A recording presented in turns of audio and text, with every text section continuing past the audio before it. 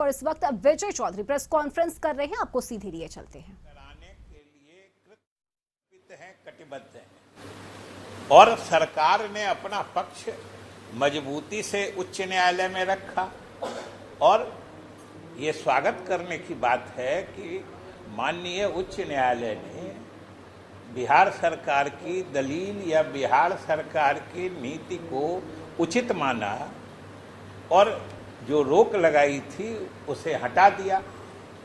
और सबसे एक आश्चर्य की बात है, जो कल तक सरकार की नीयत पर शक पैदा कर रहे थे, सरकार की मंशा पर प्रश्न चिन्ह लगा रहे थे भाजपा वाले, आज फिर वो लोग वही डागालाप कर रहे हैं कि अगर रोक लगी तो सरकार की नीयत सही नहीं थी और न्यायालय ने सरकार की बात से संतुष्ट होकर रोक हटा दी, तब भी सरकार की मंशा साफ नहीं है। सरकार की मंशा तो पहले भी साफ थी, अभी भी साफ है। सवाल है कि भाजपा की मंशा साफ नहीं, और ये पूरे बिहार के लोग जानते हैं कि इस फैसले के खिलाफ जो लोग न्यायालय गए हैं, या हो सकता है कल उच्चतम न्यायालय भी जाए, जरा उनका रिश्ता, जरा उनका जुड़ाव पता कर लीजिएगा।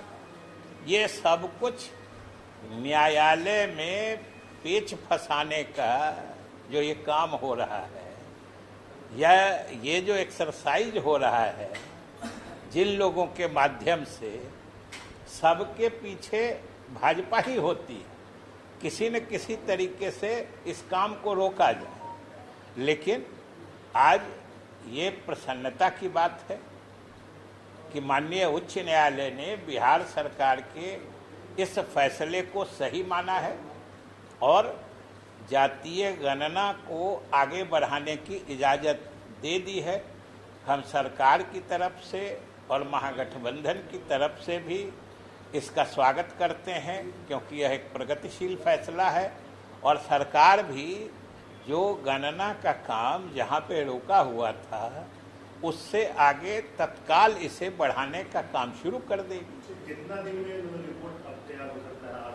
नहीं, ये तो उसकी प्रक्रियात्मक बात होती है, कितना दिन में तैयार होता है इससे ज़्यादा महत्वपूर्ण है कितने विश्वसनीय आंकड़े बनते हैं। इसलिए जितना दिन भी लगे, लेकिन आंकड़े विश्वसनीय हासिल हों, इस पूरी प्रक्रिया से सरकार की प्राथमिकता ये है, क्योंकि अलग अलग जातियों की संख्या तो अलग अलग जातियों के द्वारा भी दावा किया जाता है, जो कि सब जातियों की संख्या या प्रतिशत जो संबंधित जाति के लोग दावा करते हैं, उन सबको जोड़ दीजिएगा तो आपको 100 में पता नहीं 200 की संख्या आज निकल जाएगी। इसलिए सही माने में किस जाति के कितने लोग बिहार में बसते हैं, और इतना ही नहीं, उनकी संख्या क्या है और उनकी सामाजिक आर्थिक स्थिति कैसी है,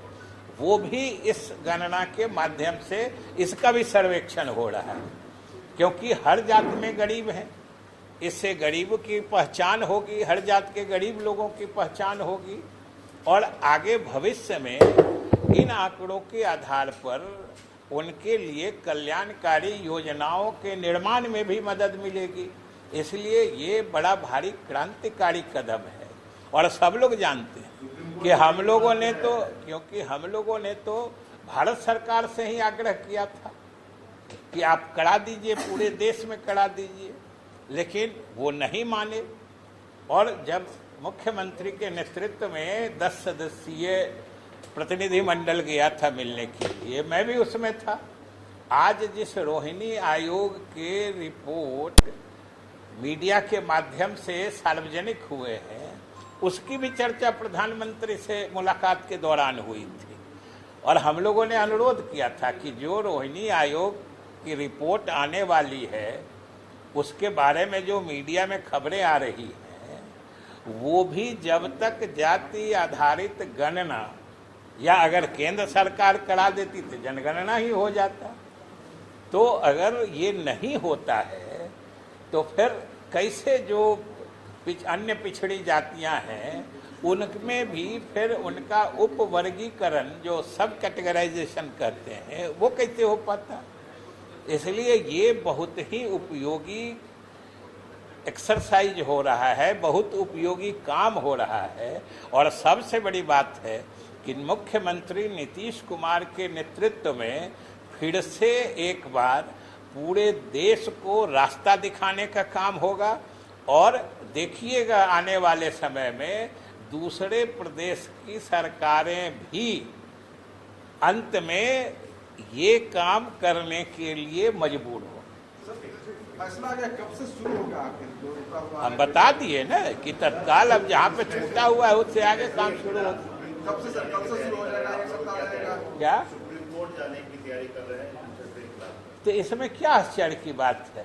ये तो हमने शुरू में ही कहा कि जब पूरे अपनी ताकत से भाजपा के लोग ही इसका विरोध कर रहे हैं तो यहाँ पहले उच्च न्यायालय में उन लोगों ने किसी को खड़ा करके ये।